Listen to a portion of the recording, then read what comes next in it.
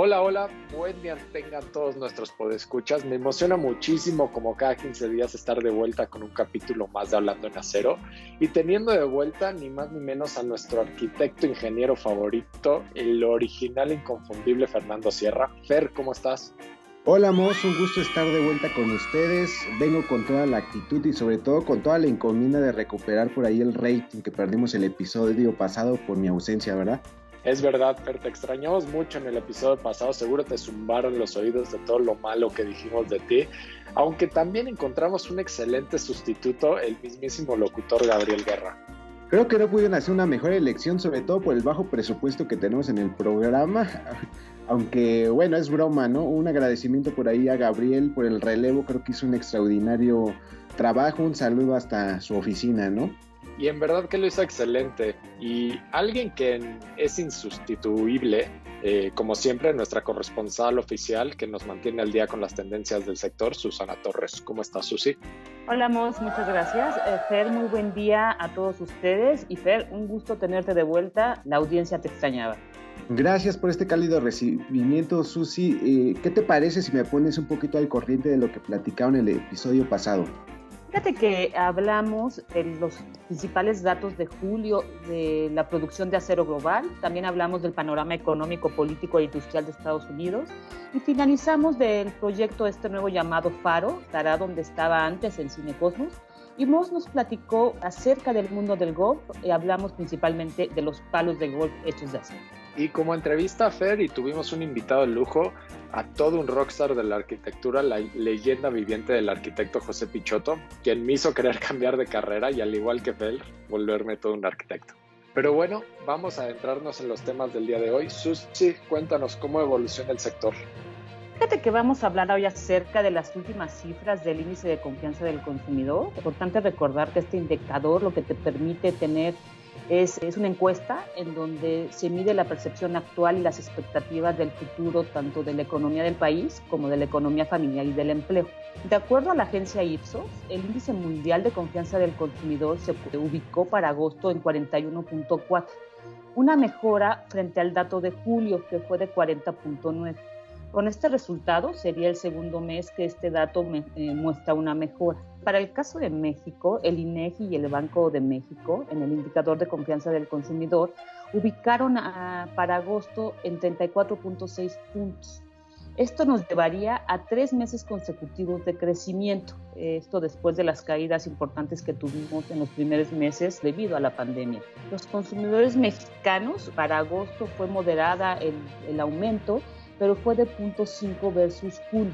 Y Susi, ¿qué le espera este indicador en los siguientes meses? Fíjate que después del gran impacto por la pandemia, esperamos que la confianza siga mejorando los próximos meses y esto nos lo demuestra viendo que en este último mes los indicadores y llevamos ya 3 meses con un indicador positivo.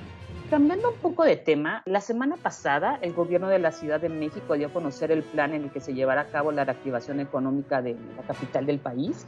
Este plan lo llamaron la reactivación económica para el bienestar de la Ciudad de México. Y con este plan, el gobierno de la Ciudad de México pretende reactivar motores económicos a través de 10 ejes. Vamos a hablar hoy de 2 ejes. Uno será para la construcción pública y otro para la construcción de proyectos inmobiliarios privados. Hablando primero del plan o del eje del plan de inversión pública, vemos que para este 2020 se consideran 26.962 millones de pesos, de los cuales casi la mitad se va a obras de movilidad, seguidos de obras de infraestructura hidráulica. Algunas de las obras que se encuentran ya en obra son el Instituto de Educación Superior Rosario Castellanos, el Hospital de Topilejo y Coajimalpa, la construcción de la línea 1 y la línea 2 del cablebús en el norte y oriente de la ciudad, justamente es uno de los proyectos que vamos a comentar hoy, el trolebús elevado de Iztapalapa, así como la restauración y la creación del Parque Ríos. Y si hablamos del plan de inversión privada, se hizo mucho hincapié en que es muy importante que la iniciativa económica tenga también una parte de ayuda o de acompañamiento de la iniciativa privada. En este sentido, también se mencionó la existencia de 581 proyectos de construcción privadas ya aprobados y que están en proceso de construcción en el 2020 y terminarán en el 2021. De este número de proyectos, 480 obras son obras menores de aproximadamente 10,000 metros cuadrados, 48 son obras mayores y 59 proyectos son de regeneración urbana y de vivienda incluyente. En este contexto, resulta interesante mencionar la cantidad de empleos directos e indirectos que se van a estar moviendo en estos ejes y se calculan que serán aproximadamente 546,364 plazas. Esta reactivación económica de la Ciudad de México no termina nada más en estos dos ejes. Se tienen programadas alguna reactivación de zonas históricas, la recuperación de una zona industrial y proyectos de infraestructura, así como una planta de gestión de residuos de la construcción.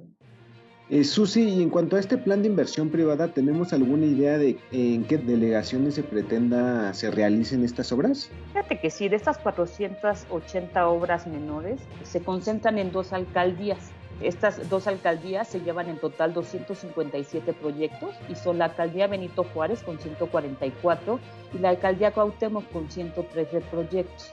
En cuanto a las obras mayores, 19 de los 48 proyectos se realizarán en la alcaldía de Cuauhtémoc, 7 en la alcaldía de Álvaro Obregón, 6 en Miguel Hidalgo y 5 en Benito Juárez. Como comentamos, hay muchos proyectos que se van a desarrollar y mencionamos que hablaremos hoy de un proyecto innovador, que es el de la CETRAM de Indios Verdes, que contempla la construcción y habilitación de un puente de conexión entre los diferentes servicios de transporte público. Y también incluye la puesta en marcha de la primera línea de cablebús que partirá de Cuautepec. Todo esto en la alcaldía de Gustavo Amadero.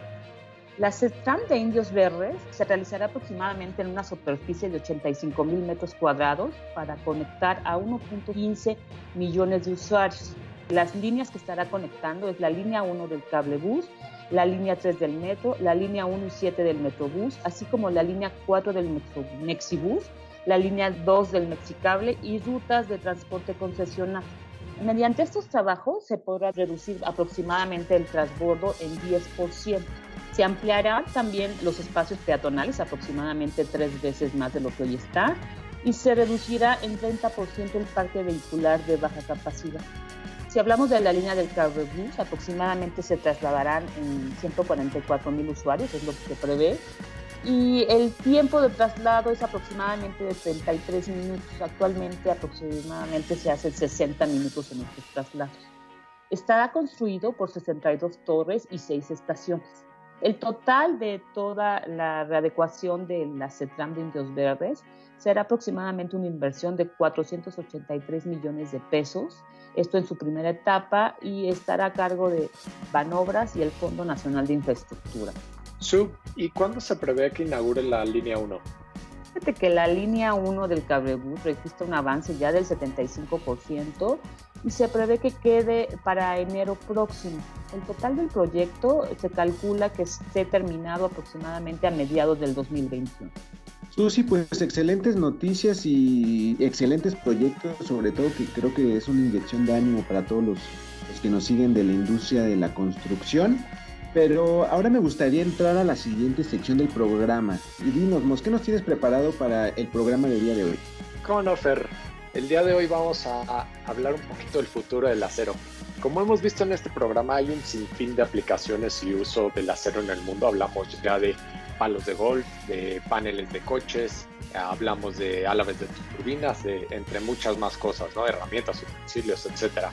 Pero ¿alguna vez tú, Fer, has visto cómo se fabrican estos artículos? Claro que sí, de hecho muchos de los productos que fabricamos aquí en Gerdau Corsas se convierten en estos artículos de fin último, ¿no? Y, por ejemplo, ¿cómo se fabrica una herramienta, un engrane? Pues muy sencillo. Cualquier aditamento o herramienta parte de una pieza de acero sólido, por ejemplo puede ser una barra de acero, y finalmente se le termina de dar una forma por medio ya sea de forja, maquinados, etcétera. Inclusive he visto que algunas piezas se llegan a fabricar por medio de moldes, obviamente fundiendo primeramente el acero, ¿no? Se ve que has puesto atención en las capacitaciones, es exactamente eso. Una gran mayoría de todos los artículos y utensilios de acero tienen un proceso de este tipo para poder adoptar la forma que queremos. Y esto suena pues sencillo, ¿no? Pero realmente implica muchísimo trabajo. Es como esculpir una escultura de un bloque sólido, obviamente en un proceso mucho más industrializado. Y a lo que me lleva a la pregunta del día. Fer y Su, ¿sabían que es posible hacer impresiones 3D a partir de acero? ¿De qué hablas, Mos? Imagino, por ejemplo, un día se me rompe alguna pieza o necesito una refacción de acero y en vez de ir a la ferretería, mejor voy al café internet y pido que me impriman por ambos lados la pieza en cuestión. Pues a lo mejor ahorita no lo ves tan real, pero sí, eventualmente eso se podría hacer y de hecho la NASA y todas estas agencias que piensan ir al espacio, pues parte importante de ellos es que no pueden llevar refacciones en sus naves, ¿no? Entonces una alternativa que siempre ha estado sobre la mesa es cómo imprimir estas piezas en el planeta donde esté para poder reparar su nave y volver a la Tierra. Bueno, pues creo que ya cautivaste nuestra atención, Mos. A ver, cuéntanos un poquito más. Bueno, pues para empezar hay que explicar un poquito la tecnología de la impresión 3D en general y los retos que se tienen en temas de materiales, en nuestro caso específico, pues en el material del acero. El inicio de la impresión 3D se remonta hasta 1976, cuando se inventó la impresora de inyección a tinta, esta que todos tenemos en nuestra casa.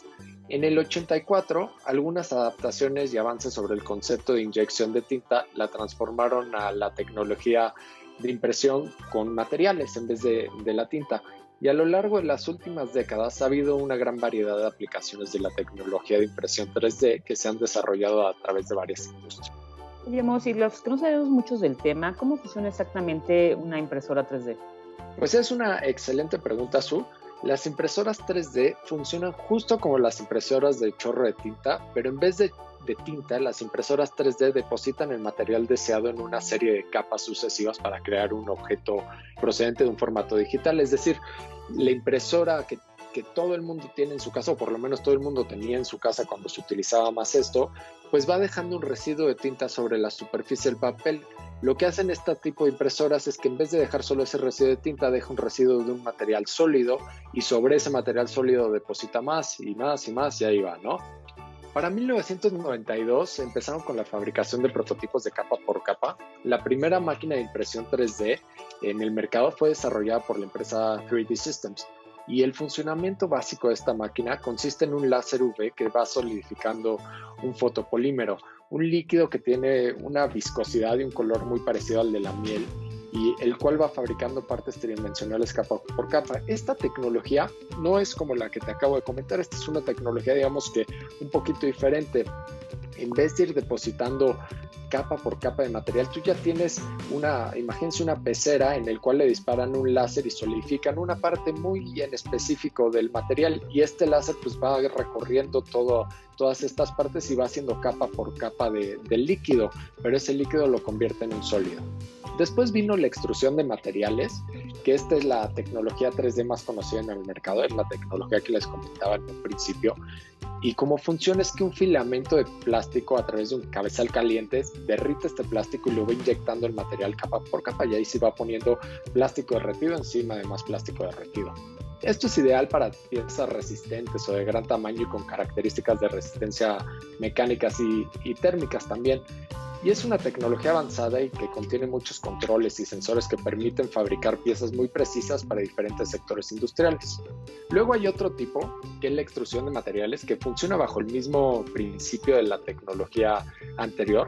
Sin embargo, inserta un carrete de filamento de plástico en la máquina, en donde un motor irá jalando o empujando este filamento a través de una boquilla caliente de extrusión. En el otro, digamos que se derrite, en este, aparte de derretir, pues se hace esta extrusión, tal como una pistola de estas de silicón que todos hemos utilizado.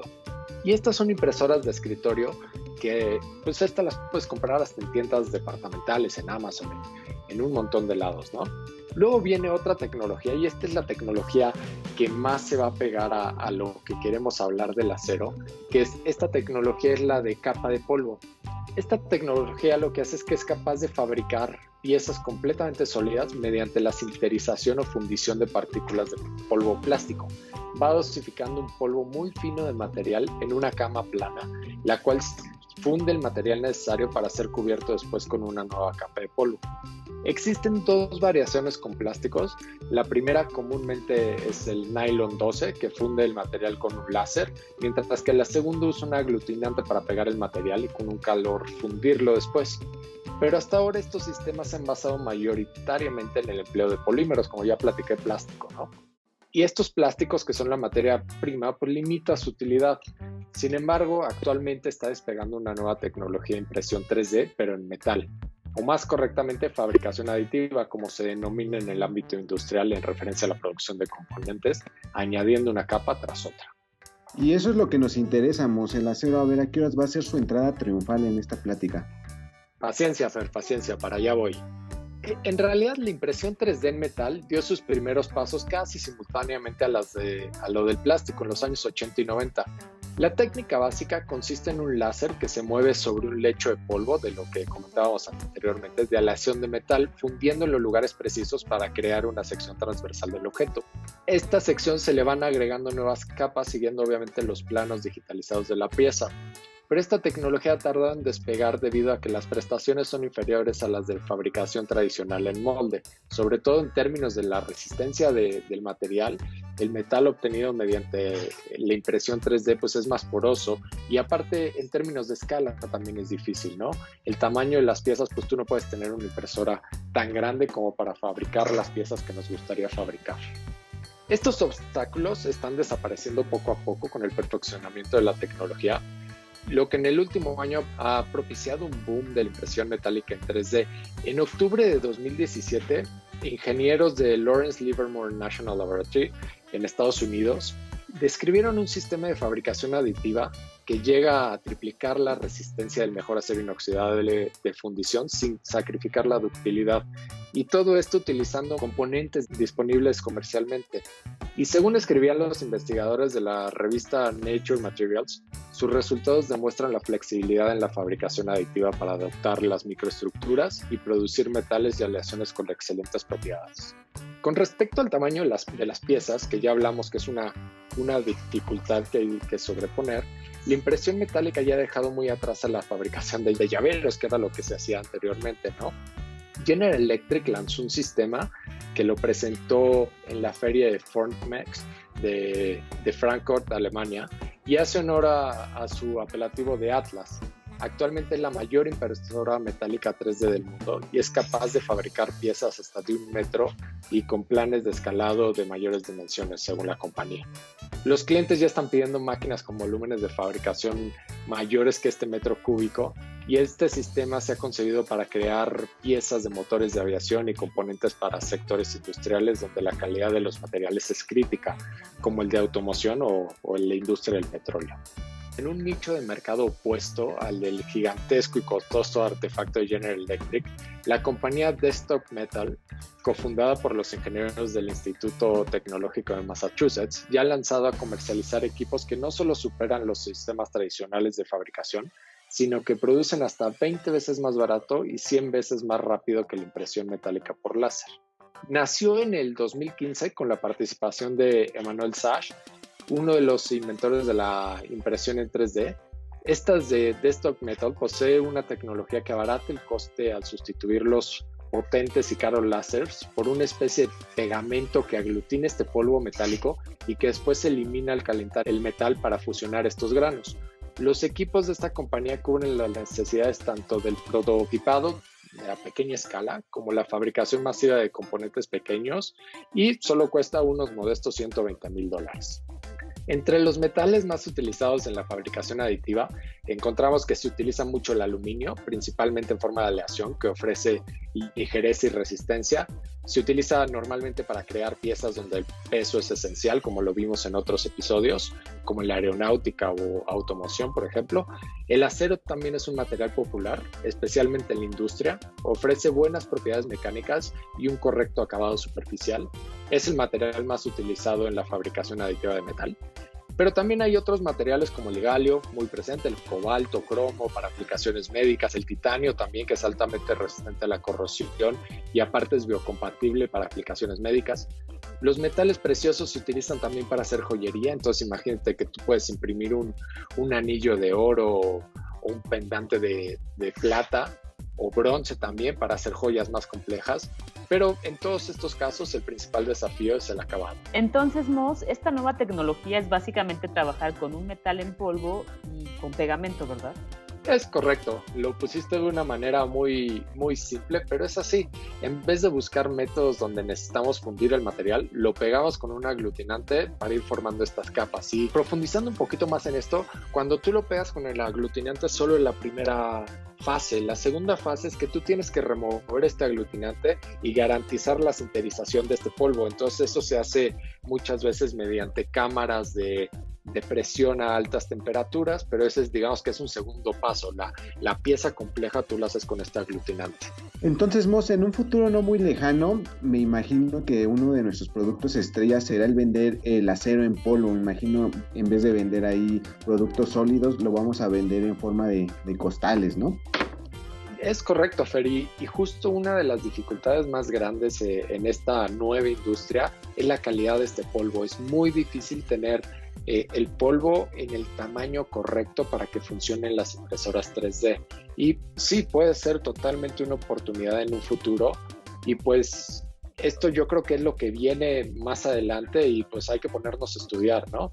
Pero esta fue toda nuestra cápsula de la semana. Espero que les haya gustado. Fue un poquito diferente a las otras. También la quise hacer un poco más corta porque tenemos muchísimas preguntas que hacer a nuestro invitado de la semana, al cual no hemos presentado. Su, ¿por qué no nos haces el honor? Será todo un honor, Mos. Nuestro siguiente invitado tiene una trayectoria que llevaría casi todo el programa a comentar.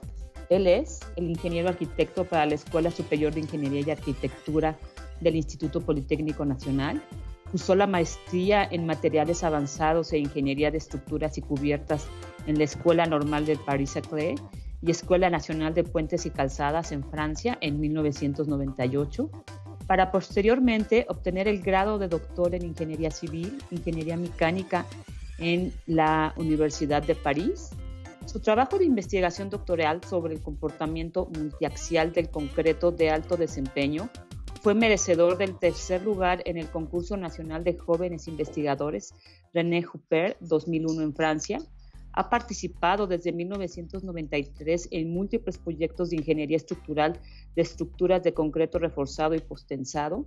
Ha impartido cursos de estructuras y matemáticas en la Facultad de Arquitectura de la UNAM, en la División de Posgrados de Ingeniería Civil en la Escuela Superior de Ingeniería y Arquitectura del Instituto Politécnico Nacional y en la Maestría de Estructuras en la Benemérita Universidad Autónoma de Puebla. Él es el actual presidente de la Asociación Mexicana de Ingeniería Estructural. Así es que el día de hoy nos acompaña el doctor Esteban Astudillo. ¿Qué tal, Esteban? ¿Qué tal, Susana? Mucho gusto y muchas gracias. La verdad es que un gusto y muy honrado de que me hayan invitado a comentar hoy aquí a su podcast. Muchas gracias y gracias también aquí a Carlos Mos. Hola, Esteban, muchas gracias a ti. Es todo un honor recibirte en nuestro humilde programa. Qué gusto que nos acompañes hablando en acero. La verdad es que tu currículum, ahora que lo estaba mencionando Susana, es impresionante. Y algo que me llamó la atención, y antes de que empezara el programa, medio que estaba preguntando un poquito que ¿cómo fue esto de que te fuiste a Francia a continuar con tus estudios? ¿Cómo eran tus expectativas como estudiante? Y también a mí cuando pienso en estudiar todo esto en Francia, se me ha de hacer complicadísimo, ¿no? Todo en francés. ¿Cómo fue para ti? Sí, Carlos, pues muchas gracias. Mira, yo después de que terminé la licenciatura, sí tenía muchas ganas de seguir estudiando porque pues ya trabajaba en un despacho de cálculo y quería yo ahondar más un poco en temas de estructuras. Francia es un país de muy larga tradición. Yo creo que tiene una tradición en ingeniería civil muy antigua y muy destacada también. Yo podría empezar a poner algunos ejemplos que cuando uno piensa en Francia, la primera imagen que viene a la mente es la imagen de la Torre Eiffel, una estructura notable de acero que muy audaz para la época y muy notable, y pues después de todo este tiempo, más de 100 años, pues sigue siendo un ícono, ¿no? Entonces eso a mí pues lo que me llamaba la atención era hacer unos estudios de posgrado en estructuras, y pues para eso Francia era el país que me llamaba muchísimo la atención, no solo por eso, sino también por su cultura, por el cine, por libros y bueno, una serie de cosas. Y pues muy bien, pues solicité una beca CONACYT, una beca CONACYT Esfer, y gracias a esa beca pude irme. Y como bien comentas, el primer problema, el francés. Uno no se imagina, uno como latino, el acento tan fuerte que tiene, pues hasta que te pruebas en una lengua de esas, que inmediatamente la gente descubre que eres hispanoparlante por la fuerza con la que hablamos nosotros. Pero eso también es una buena experiencia. Yo creo que para todos los estudiantes el probarse en una lengua distinta, pues es un buen ejercicio. También no solo de aptitudes, sino que como que también le da a uno otra perspectiva o perspectivas distintas a lo que uno hace, ¿no? Pues eso es lo que yo comentaría de por qué me fui de Francia. Sí, francés fue arduo, pero creo que salió todo bien. Qué bien, Esteban. Oye, y cuando regresas a México, ¿cómo fue tu primera experiencia en ese sector? ¿Qué diferencias encuentras versus tus estudios de Francia y la realidad en México? Bueno, yo creo que una gran diferencia es la ventaja con la que vivimos aquí en México. Yo, por ejemplo, como estudiante que ya había trabajado, ya tenía una experiencia laboral aquí en México, platicaba con mis colegas y por supuesto ninguno de mis colegas estaban ya en un nivel de maestría o de posgrado, habían tenido alguna experiencia laboral. En cambio a mí pues, me había tocado ya calcular uno que otro edificio aquí en México. Entonces nosotros tenemos la gran ventaja de que inmediatamente después de terminar un estudio de posgrado o incluso una licenciatura, uno puede acceder al mercado laboral y trabajar y ver las cosas reales, o sea, acercarse a la realidad y hacer proyectos. Y pues Francia, como la mayoría de los países de Europa, llevan una ventaja tal en términos de infraestructura, equipamiento urbano y una serie de cosas que las obras que se realizan son muy escasas. Entonces, para cada proyecto hay un equipo súper especializado y los jóvenes tienen muy poca participación. Yo les puedo poner, por ejemplo, más bien puedo ejemplificar esto con personajes muy conocidos en nuestro medio, arquitectos. Santiago Calatrava, por ejemplo. Santiago Calatrava es una persona que nace o brinca a la fama, pues ya cuando él va a cumplir casi 50 años, ¿no? Porque pues es hasta que se le reconoce todos sus trabajos, primero teóricos y después ya le dan chance o le dan oportunidad de meter las manos. Y en cambio aquí, no, hombre, pues uno ve ingenieros bastante jóvenes que ya están ejerciendo, trabajando y diseñando cosas importantes. Yo creo que esa es una primera diferencia que es también una ventaja, pero pues al mismo tiempo también el orden o el detenimiento con el que se hacen las cosas en esos países, pues es algo de lo que nosotros tendremos mucho todavía que aprender, ¿no? Y el grado de conocimiento de sofisticación para las soluciones, pues es algo que también nos falta caminar. Pero pensaría yo que esa es como una primer gran diferencia, ¿no? Una diferencia que a la vez es también una ventaja para nosotros. Esteban, qué interesante, la verdad yo nunca me había puesto a pensar en esto, en cómo sería la situación de un recién egresado en Francia, y pues sí, tienes toda la razón, no tienen para empezar no hay muchos proyectos donde pueden entrar, y los proyectos en los que pueden entrar pues han de tener una cadena de comando bien grande, ¿no? Qué interesante. Sí, no, totalmente. O sea, perdón que te interrumpa. Sí, tú empiezas a trabajar, pero empiezas, por mucho que tengas un doctorado, tienes que empezar desde abajo. Y bueno, pues así, porque como bien dices, hay una organización, una estructura gigantesca, ¿no? Así sea para hacer un puente peatonal o una pasarela o algo chiquitito, pues las cosas así funcionan, porque ellos hicieron hace muchos años lo que nosotros apenas estamos haciendo, ¿no? Que un ejemplo de eso, el tren, por ejemplo, qué cosa que si quieres más adelante comentamos de eso. Mira, pero resumiendo a ti, por lo menos ya no te tocó llevarle el café al ingeniero, ¿no? No, ya no. No, ya no. De servir los cafés, no, eso ya no me tocó. Pero también otra cosa que es interesante, que yo destacaría como una ventaja de nosotros dentro de nuestra costumbre o nuestra experiencia de vivir crisis, es que nosotros sabemos improvisar. No sé si eso está bien o está mal, quizás no está tan bien porque es feo llegar a una obra o algo e improvisar, pero por otro lado, yo recuerdo que cuando estábamos ahí en la escuela y se llegaba el día de que había que exponer algo, organizar algo, y pues todo el mundo pues no podía, o sea, se ponía nervioso y no sabían qué hacer, y entonces me decían a mí, oye, pues tú presenta, es para mañana, pero preséntalo tú. Porque a todo mundo era el temor que le dijeran, esto lo tienes que presentar mañana, ¿no? Nadie estaba acostumbrado a esos bomberazos que les decimos nosotros, y pues uno, pues ya de la vida, desde la escuela, pues está uno acostumbrado a que pues hay que improvisarlo todo con demasiada frecuencia, a veces indeseable frecuencia, diría yo. Pero eso es, por ejemplo, también otra diferencia, ¿no? Y qué bueno que lo mencionas, porque la siguiente pregunta creo que hace muy buena combinación con este comentario. Hoy en día, tú como presidente del SMIE, me imagino que has de tener un panorama súper amplio de cómo está la construcción en nuestro país.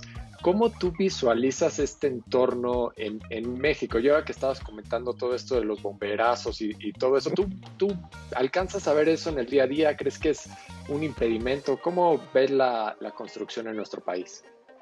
Sí, mira, Carlos, yo como lo dije hace ratito, yo no sé si es hoy día no sé si es una ventaja o una desventaja esto de la improvisación. Me parece que para algunos proyectos es definitivamente una gran desventaja, porque pues no debiera ser así. La construcción en México, si yo empezara o quisiéramos platicar primero sobre su gran dolencia o su gran área de oportunidad, como se dice ahora, es la calidad, porque me parece que más allá del tamaño de los proyectos o más allá del número de obras que se estén realizando, una cosa que es común a todos y donde podemos nosotros todavía mejorar demasiado es en la calidad. Y en ese sentido, creo que esto de la calidad viene no solamente desde los proyectos, sino que también pasa por la ejecución. Yo, por ejemplo, no concibo o no entiendo muy bien cómo es que hay proyectos muy grandes y me refiero no solo a proyectos privados, sino proyectos incluso de infraestructura, en donde los tiempos de ejecución o tiempos de realización de un proyecto son cada vez más y más cortos.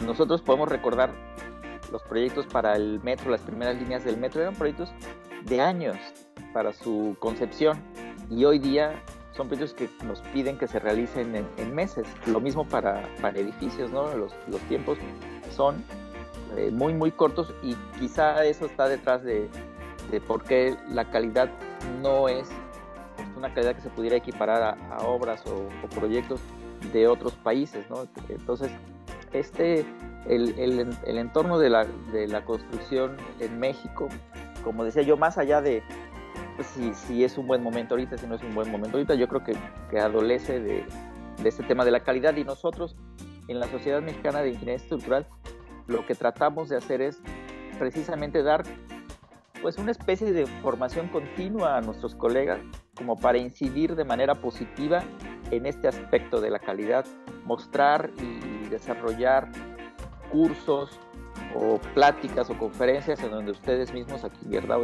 Ustedes han sido muy entusiastas también junto con nosotros y nos han apoyado mucho en ese sentido de proveer herramientas para que nuestros colegas pues puedan mejorar la práctica de la ingeniería estructural. Y yo creo que eso es algo que hace falta en la construcción. Y ya, pues si hablamos ya de cuestiones de mercado y eso, me parece que en estos meses que corren no son los mejores meses para la construcción, por las complejidades que todos sabemos referentes a la pandemia, pero yo esperaría que esto mejore, como platicábamos antes, pues en algunos meses que vienen, ¿no?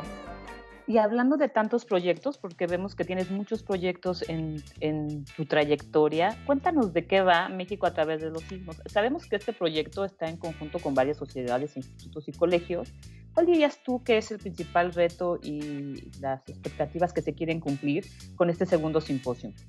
Muchas gracias, Susi. Mira, la Sociedad Mexicana de Ingeniería Estructural, como dije antes, en tanto que preocupados por la calidad y por la calidad de la construcción y la práctica de la ingeniería estructural, hemos querido hacer de este evento México a través de los sismos, que les parecería un título así como muy de Enrique Krause, pero se lo debemos, y le tengo que dar el crédito, se lo debemos al doctor Rodolfo Valles Matox, que fue quien acuñó este término y nos gustó. Y es un término que también gustó mucho al interior de las demás sociedades e instituciones que participan. Entonces, quisimos hacer en la SMIE, al origen de este evento, una especie de encuentro con nuestros colegas, que es la Sociedad Mexicana de Ingeniería Sísmica, la Sociedad Mexicana de Ingeniería Geotécnica. Y después se extendió esta invitación pues también a que nos acompañaran en este evento algunos institutos de la UNAM, fundamentalmente el Instituto de Ingeniería y el Instituto de Geofísica, y también el Servicio Sismológico Nacional. Entonces, nuestra intención era juntarnos, o sea, hacer más que un simposio o conferencias, hacer una especie de encuentro, pues ya no diálogo, porque no somos dos, sino muchísimos, una plática entre todos los quienes tenemos como preocupación la seguridad estructural, la ingeniería sísmica, la investigación, etcétera, y poner en escena como que todos los avances recientes, las preocupaciones o los problemas que tenemos comunes, pues para hacer como algunas estrategias y trabajarlos juntos. Entonces, por ejemplo, para este evento también tenemos nosotros la intervención, además de empresas que, además de apoyarnos como patrocinadores en el evento, pues van a mostrar avances o cosas que pudieran ser interesantes para incidir directamente en la seguridad estructural. Gerdau es nuevamente otra de las empresas que nos favorecen con este evento y que presentarán seguramente. No tengo todavía datos de qué es lo que nos van a prestar, pero seguramente será algo muy interesante y siempre enfocado a la seguridad estructural. También esta vez o este año, que es el segundo evento que se realiza, o la segunda edición de este evento, participa el Colegio de Ingenieros Civiles de México, porque el Colegio de Ingenieros Civiles de México es también una agrupación gremial, quizá la más grande del país, aunque ellos no solamente incluyen ingenieros especialistas en estructuras, sino incluyen toda la gama de ingenieros dedicados a la ingeniería civil, desde hidráulica, puentes, túneles, etcétera. Y entonces el evento se va a realizar desde las instalaciones del colegio. Es un evento totalmente en línea por cuestiones de restricciones que nos impone la pandemia que prevalece todavía. Y entonces, desde ese foro, pues se harán las transmisiones de las diferentes sesiones durante 2 días y medio. Están todos invitados a asistir. Eso se realizará del 17 al 19 de septiembre próximo. Esteban, y ahora que estás comentando de todo este simposio o digamos esta agrupación de entidades tan importantes para hablar de nuestro país y de los sismos y todo esto, me viene a la mente todo esto de la trayectoria y la evolución de las construcciones de acero en México, y me imagino que tú debes de tener bastante conocimiento al respecto. ¿Qué nos podrías decir? Carlos, gracias. Oye, te agradezco la pregunta porque me da pie a seguir hablando del evento. Es que esta vez en el evento de la Sociedad Mexicana de Ingeniería Estructural, bueno, olvidé mencionar que uno de los temas del evento ahora son los 100 años del reglamento de construcciones en México. Entonces, el primer reglamento de construcciones es de 1920 en la Ciudad de México y se cumplieron en enero pues los 100 años de la redacción e instauración de este reglamento. Y en ese espíritu quisimos hacer en la Sociedad Mexicana de Ingeniería Estructural una sesión que hablara justamente de la evolución de la práctica de la ingeniería estructural. Quizá no necesariamente de la evolución de las construcciones, sino de la práctica de la ingeniería estructural, pero pues la manera natural de explicar eso es a través de la evolución de las estructuras. Y fíjate que hay algo bien interesante que pasa con las estructuras en acero, que de algún modo se van a tocar en esa sesión.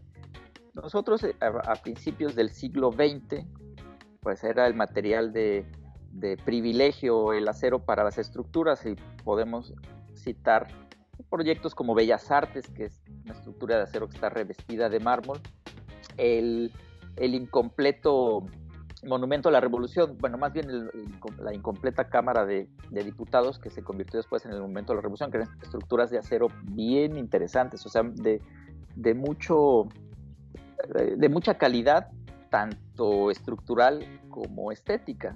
Y cuando digo que es de mucha calidad, pues ustedes estarán de acuerdo conmigo en tanto que son estructuras que tienen más de 100 años y nunca hemos escuchado que han tenido algún daño o que han tenido algún percance a la ocurrencia de algún sismo. Y después pues viene nuestra emblemática estructura de acero, que es la Torre Latinoamericana hacia los años 50, que es un proyecto, un edificio que incorpora grandes avances de la época, pero grandes avances de la época que además marcaron tendencia tanto en lo técnico o en lo teórico también, como además en la ejecución, y también pues es un edificio que fue construido a la luz de un saber o de un reglamento muy limitado, que todavía no sabía pues, las consecuencias que podría tener un sismo en la Ciudad de México, ¿no? Un sismo de gran intensidad como fueron después los sismos del 57, del 85 y más recientemente en el 2017.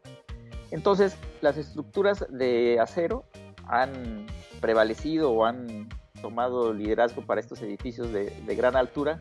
Hay otro cercano que también se va a mencionar en la sesión, que es el edificio de la Lotería Nacional, el edificio que es un triangulito que está ahí en los cruces de Paseo de la Reforma y Avenida Juárez, que es un edificio también pues, de los 60s, un edificio concebido con un reglamento de construcción mucho menos detallado, mucho menos ventajoso o con menos cantidad de conocimiento del que tenemos el día de hoy, y que sin embargo es una estructura que sin problemas ha sobrevivido y sigue en uso como siempre. Y después tenemos ya la parte de edificios modernos, que muchos de ellos han visto la luz o han empezado a crecer justamente ahí en esa avenida de Reforma, ¿no? En el Paseo de la Reforma.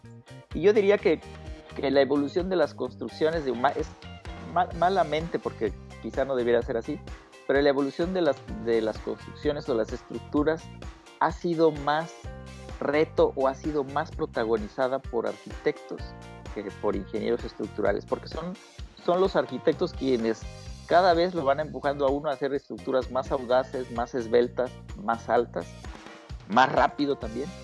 Y pues la evolución de las construcciones ha sido, yo creo, o ha ido más de la mano con la evolución de conceptos o de formas arquitectónicas. Por supuesto también, como bien mencionabas, la parte de la verticalización de la ciudad ha incidido de manera pues, muy favorable a que estas estructuras sean o vayan siendo como son ahora, ¿no? Como decía yo, esbeltas, de mejor calidad, mejor comportamiento también, al incorporar pues algunos otros sistemas de control, como pueden ser amortiguadores o disipadores de energía para las demandas sísmicas tan grandes que tienen los edificios en la Ciudad de México. Entonces, me parece que es un tema bien interesante de la evolución de las construcciones o de estructuras en acero en México. Y ahorita yo me he referido solamente a estructuras de Ciudad de México, pero recordemos también, y quizá es algo que no es muy conocido, que el ingeniero Gustave Eiffel, que es el creador o el autor de la Torre Eiffel en Francia que mencioné antes, hizo también estructuras de acero en México, y hay unas que están todavía funcionando, ¿no? Puentes y estructuras, y sus talleres, los talleres Eiffel, si uno va a algunas estructuras en Puebla, por ejemplo, en Acapulco también, tienen ahí, se pone uno a buscar ahí entre los elementos, vigas o columnas, el sello de estructuras Eiffel, y son estructuras muy bonitas, estructuras todavía remachadas, porque no eran estructuras soldadas, eran estructuras a base de remaches, como lo es la Torre Eiffel. Entonces es un tema bien interesante de algún modo lo vamos a tratar también en ese evento, pero pues es un tema que nos daría quizá no uno, sino pues varios podcasts, ¿no? Oye, tomando este tema, ¿cuál consideras que son las aportaciones más importantes del SNIE dentro del sector de la construcción para la sociedad? Bueno, lo que buscamos ser, como mencionaba antes, es ser un canal de difusión del conocimiento para los especialistas o la gente interesada, no necesariamente especialistas, yo diría para la gente que tiene algún interés en la seguridad estructural. Pues, el interés por la seguridad estructural puede ser, o puede incluirse a estudiantes, sociedad civil incluso. Yo creo que todo mundo estamos concernidos o nos preocupa la seguridad estructural, si no a nivel global, cuando menos la de nuestra vivienda, ¿no? Es una preocupación constante, también tenemos, por ejemplo, documentos que van muy enfocados hacia la sociedad civil para que ellos puedan de una manera más o menos práctica y sencilla evaluar la seguridad estructural de sus viviendas. Entonces, el compromiso de la Sociedad Mexicana de Ingeniería Estructural es incidir de manera directa en la mejora de la seguridad estructural, y eso pues a través de mejoras en las prácticas del diseño, prácticas de ejecución o prácticas de construcción, y también las mejoras en la formación de los nuevos cuadros o los nuevos ingenieros, ¿no? Yo creo que en ese sentido es como que el trabajo de la ESMIE. Esteban, y cambiando un poco de tema, con todo este bagaje de conocimientos que tienes, ¿qué es lo que sigue para ti? Bueno, en lo gremial, diría yo, lo que sigue para nosotros es llevar a buen término y realizar, aún con este tema de la pandemia, nuestro 22 Congreso Nacional de Ingeniería Estructural. Eso, desde un punto de vista gremial, es algo que tengo que cumplir. Yo en ese congreso terminaré estos 2 años de presidencia en la ESMIE, y eso es lo que sigue, ¿no? Hacer que eso se realice y que sea, como siempre han sido los congresos de ingeniería estructural, pues que sea un éxito.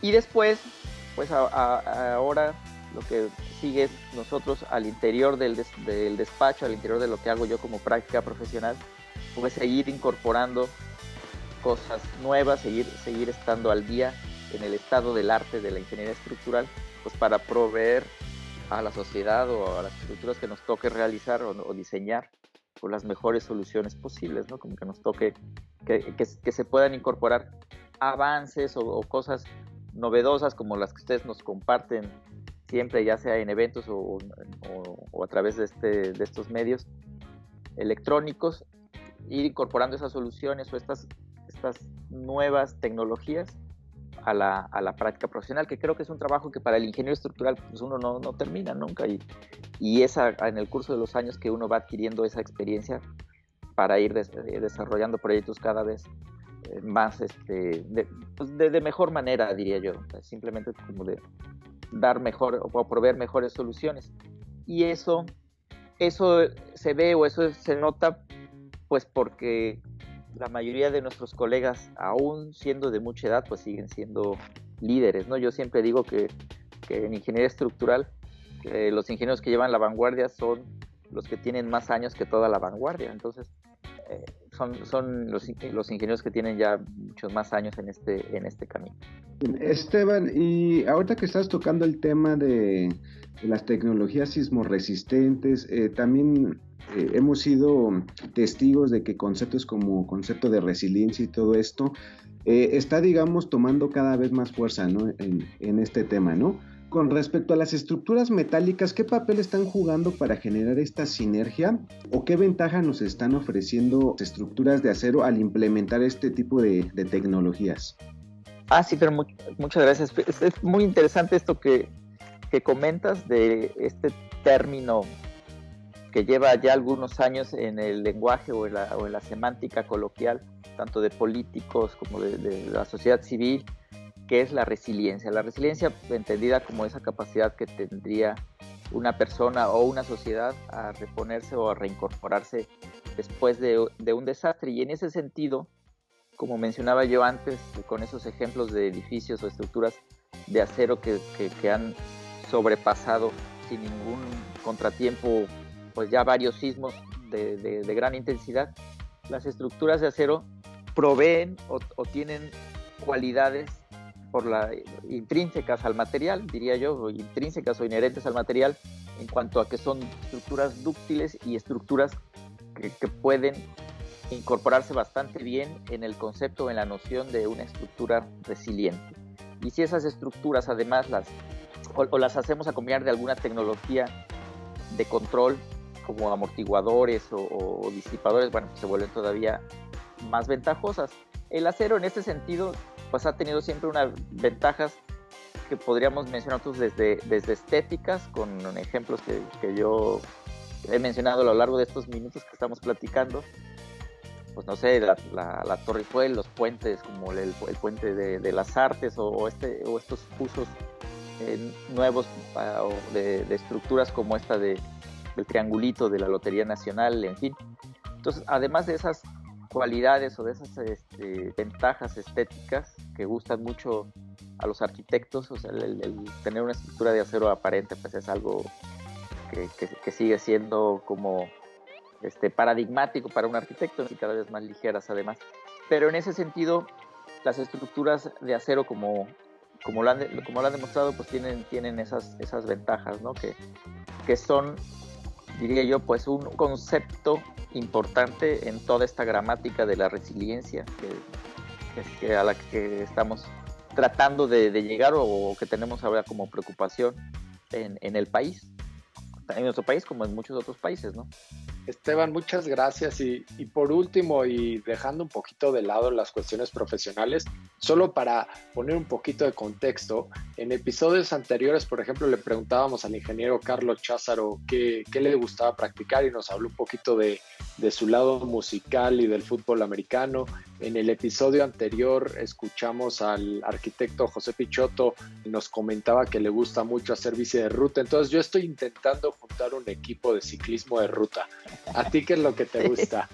Sí, no, pues Carlos, ya te fallé, porque si yo no se me hace algo muy complejo. En ese sentido yo siento, con mucha tristeza voy a decepcionarlos porque no tengo unas cualidades deportivas de altos vuelos. Yo lo que hice durante muchos años, pero ya tiene seguramente como 5, corría maratones, era algo que me gustaba mucho.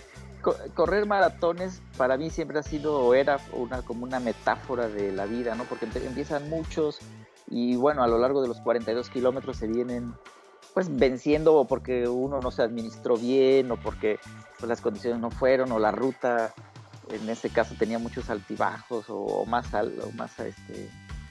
pendientes de las que uno había calculado, en fin, una serie de cosas y cuesta mucho trabajo y además me gustaba mucho por el hecho de que durante esos 42 kilómetros uno puede dedicarlos enteramente a pensar, o sea, como que a ver la ciudad en cuestión, porque lo interesante de estos maratones y por lo que han tenido en los últimos años mucho auge, le permiten a uno ir y presentarse en nuevas ciudades y las conoce uno así, corriendo, ¿no?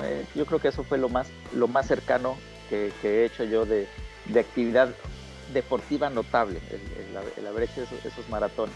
Y también he dedicado en los últimos años mucho tiempo a la Sociedad Mexicana de Ingeniería Estructural porque yo la entiendo también como un equipo, entonces las cosas que nos salen bien ahí o las cosas que se realizan también son como pues alguna clase de logro colectivo que yo encuentro muy cercano a un logro deportivo por el trabajo en equipo.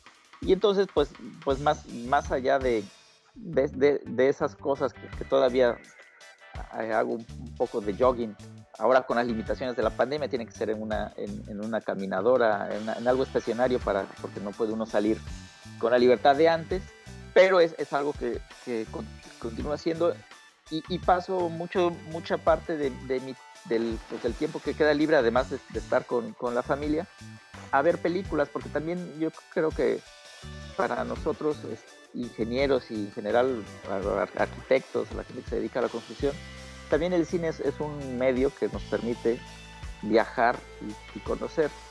Yo quizá podría terminar de contestar esta pregunta ampliando la respuesta de la primera pregunta de por qué Francia. Yo creo que yo llegué a Francia, además de lo que mencioné por la tradición que tiene de ingeniería civil, por el cine, porque el cine francés es un cine que desafortunadamente va a ir cayendo en desuso como todo el cine de autor, porque son películas cada vez menos rentables. Hoy día las películas que uno espera ver en el cine llevan otra componente pues de efectos especiales, de cosas mucho más vistosas y no necesariamente de cuestiones de lugares o de tramas o situaciones que eran las clásicas para el cine de autor. Pues no sé, por mencionar solo algunos realizadores como Krzysztof Kieślowski, cuando hizo esa trilogía de Azul, Blanco y Rojo, que era la ilustración de la bandera francesa y la traducción en historias del lema de la bandera, que es libertad, igualdad y fraternidad, liberté, égalité, fraternité.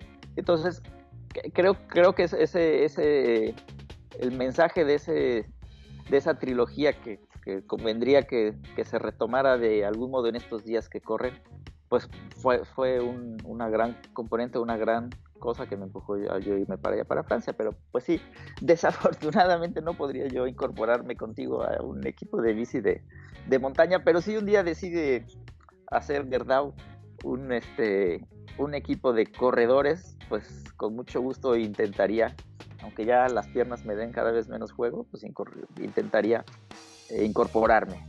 Oye, Esteban, y lo menosprecias, pero es un gran mérito completar un maratón, ¿no? La verdad es que mi respeto, yo nunca he corrido un maratón, yo hago lo mío en bicicleta, pero también es un gran mérito. Y aparte de eso, pues ya me dejaste tarea de películas que tengo que ver. La verdad es que tengo que confesar que no soy un gran fanático de ese tipo de cine. Yo soy más de ese tipo de cine que necesitas 2 neuronas para entender y que te señalan absolutamente todo. Pero pues es que bueno, la verdad es que uno va al cine pues a distraerse, ¿no? Yo también digo, todos vemos películas de todo tipo, pero pues en algún momento hay de reflexión, sí.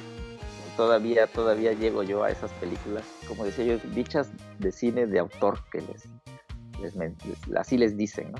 Voy a buscar esa de azul, blanco y rojo, a ver, esas 3. Empecemos con la primera, a ver qué tal me va.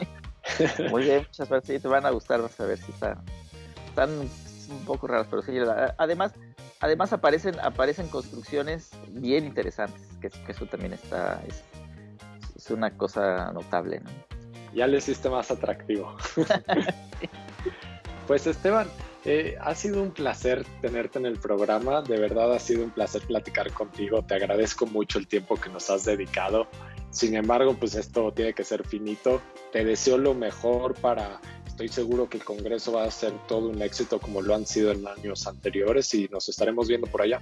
Muchísimas gracias, Carlos. Yo, al contrario, soy yo quien les agradece esta invitación, de verdad, pues es un honor. Además, una empresa como ustedes, Gerdau Corsa, que siempre ha sido muy cercana a nosotros, los ingenieros de estructuras, hablando yo como ingeniero, no necesariamente como Sociedad Mexicana de Ingeniería Estructural, porque nosotros siempre, pues gracias a ustedes tenemos a la mano información, tenemos a la mano todo, muchas cosas que nos facilitan nuestro quehacer cotidiano. Y pues muy agradecido de verdad con la invitación, y también a ustedes pues les deseo la mejor de las suertes y espero que sí, pues vernos por allá, nos vamos a ir viendo ahí en este evento de los sismos a través de las transmisiones, pero en el Congreso esperaría yo sí de manera presencial y saludarnos y darnos un abrazo como siempre lo hacemos cuando nos encontramos. Pues muchas gracias. Pues el agradecimiento es para ti, doctor Esteban, muchísimas gracias, fue todo un honor tenerte en el programa. También muchas gracias a Susi, como siempre, con la información tan precisa, y a Timos, ¿no?, por tu cápsula, como siempre, tan interesante. Gracias, Fer, también gracias, Su, y nos vemos en la próxima edición. Recuerden seguirnos en nuestras redes sociales, en Facebook, LinkedIn, YouTube, obviamente, seguir nuestro canal en YouTube, y recuerden que también se pueden suscribir a nuestro podcast en Spotify. Nos vemos pronto. Gracias a todos, cuídense y recuerden, el futuro se moldea.